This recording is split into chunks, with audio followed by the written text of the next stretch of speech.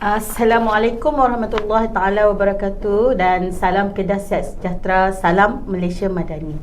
Saya Dr. Samiza binti Saad daripada unit NCD ataupun Kawalan Penyakit Tidak Berjangkit sebagai moderator anda pada hari ini, dan bersama-sama saya adalah Dr. Zul Azrizal bin Saleh. Beliau adalah pakar perubatan kesihatan awam, merangkap Ketua Penolong Pengarah Kanan Unit Kepas ataupun Kesihatan Pekerjaan dan Alam Sekitar di Jabatan Kesihatan Kedah. Apa khabar doktor?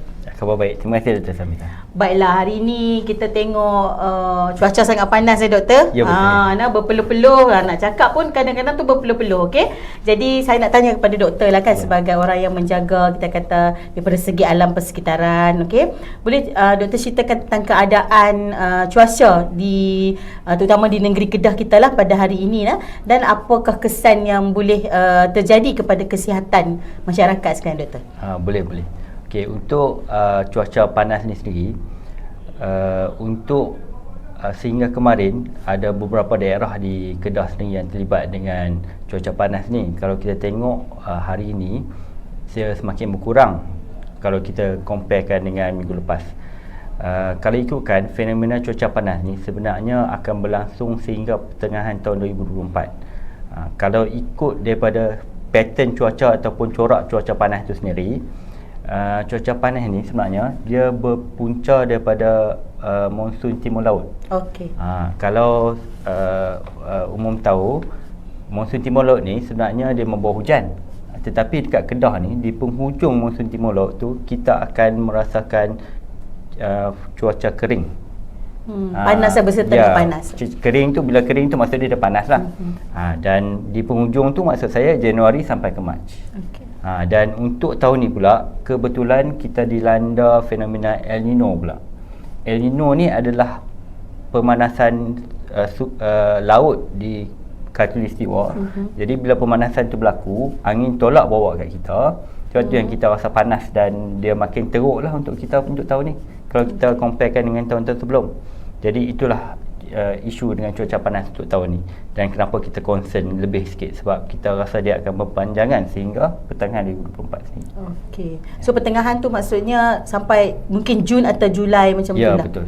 Okey. Jadi apa kesan kepada masyarakat kita tu kalau bila kita berada dalam keadaan cuaca yang sangat panas ni, doktor? Okey. Bila cuaca panas ni, kesan kesihatan mesti akan terkesanlah. Yang utamanya adalah 3 spektrum yang boleh berlaku bila kita berada pada situasi cuaca panas. Spektrum pertama, kita kena kegajangan otot. Okey. Spektrum kedua, berlakunya kelesuan haba, dan ketiga, spektrum yang paling teruk iaitu heat stroke ataupun stroke haba tu sendiri.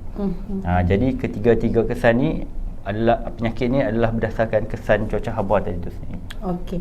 Ada tak macam langkah-langkah yang kita kata praktikal lah untuk kita lakukan bagi kita kata bila duduk dalam keadaan panas je kan, bagi kita mencegah lah daripada kita terkena yang kesan-kesan yang doktor cakapkan tadi tu? Alright. Yang pertama sekali, kena jaga hidrasi badan kita. Macam mana kita nak jaga? Kita kena minum paling kurang 8 gelas air seperti yang disarankan lah. Yang kedua, kalau boleh aktiviti di luar rumah hadkan sebelum pukul 11 dan selepas pukul 4. Maksud dia pukul 11 sampai pukul 4 kalau boleh jangan ada apa-apa aktiviti di luar. Ni disebabkan oleh pada waktu tersebut intensiti suhu harian adalah paling tinggi. Okey. Dan elaklah waktu tu. Yang ketiga, rancang betul-betul, kalau boleh kurangkan semua aktiviti di luar bangunan. Yang keempat, dari segi pakaian. Okay. Pakai pakaian yang selesa, pakai pakaian yang tidak berwarna hitam, pakai pakaian yang agak longgar lah, maksudnya jangan pakai pakaian yang ketat. Yang keempat, anda kata perlu keluar, pakai topi, pakai payung. Dan yang kelima, elakkan minum minuman berkafein. Okey. Minuman bergula dan juga minuman alkohol. Okay. Kerana minuman ini dia akan mempercepatkan lagi proses badan kita jadi kering. Jadi benda-benda inilah yang kita boleh elak. Dan yang keenam, saya tambah satu lagi, yang paling penting. Andai kata ada gejala penyakit cuaca panas, contoh kelesuan badan, kelesuan otot, kekejangan otot, rasa tak larat, cepat pergi ke pusat fasiliti kesihatan yang terdekat. Okey. Maksud dia hospital ataupun klinik kesihatan lah. Ya. Itulah yang boleh dibuat masa cuaca panas ni sini. Okey. Ada apa-apa lagi yang doktor rasa perlu masyarakat di luar sana ya untuk ketahui? Baiklah, sebab kita kata macam cuaca ni panas kan? Ya. Sebab kita kata macam tak tahannya panas kan, terutama bagi mereka yang ada anak-anak kecil ya. Okey.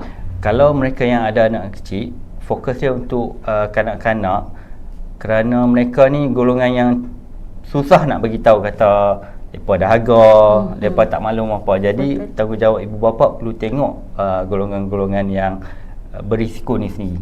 Dari segi hidrasi mereka, cukup tak mereka minum air. Kalau tak cukup, tambah monitor betul-betul berapa banyak mereka minum air sehari. Dan kalau nampak mereka macam, selalunya anak-anak ni aktif, tapi kalau tiba-tiba dia tak aktif, nampak dia senyap je, yang tu kena berjaga-jaga. Kalau boleh minum air, bagi minum air. Selalunya budak-budak ni kalau minum air cukup, dia akan aktif saja. Itulah penekanan dia. Itu yang pertama. Dan kedua, pada saya, cuaca panas ni bukanlah halangan untuk kita nak buat aktiviti harian. Betul ada risiko kan. Cumanya kita kena rancang betul-betul aktiviti tersebut. Dan kita guna kurangkanlah risiko cuaca panas, seperti minum air tadi. Rancang aktiviti betul-betul. Kalau nak perlu buat urusan di luar, kita buatlah sebelum pukul 11 pagi, ataupun selepas pukul 4 petang. Kalau aktiviti sukan pula, kita shift daripada kita buat siang, kita tukar kepada malam pula. Sekadar semasa cuaca panas lah. Lepas ni dah okey, kita bolehlah proceed balik dengan keadaan normal balik. Kita selalu buat lah.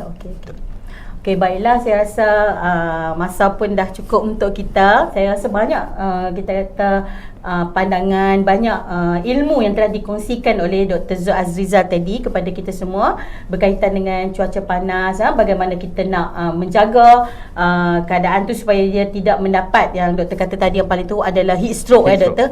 Ya, okey. Jadi jika ada simptom seperti yang doktor mention tadi, cepat-cepatlah pergi untuk mendapatkan rawatan ya. Jadi saya akhiri sesi webinar kita ini dengan wabillahi taufiq wa hidayah. Wassalamualaikum warahmatullahi wabarakatuh, dan terima kasih untuk semua. Terima kasih untuk Dr. Zul juga. Terima kasih.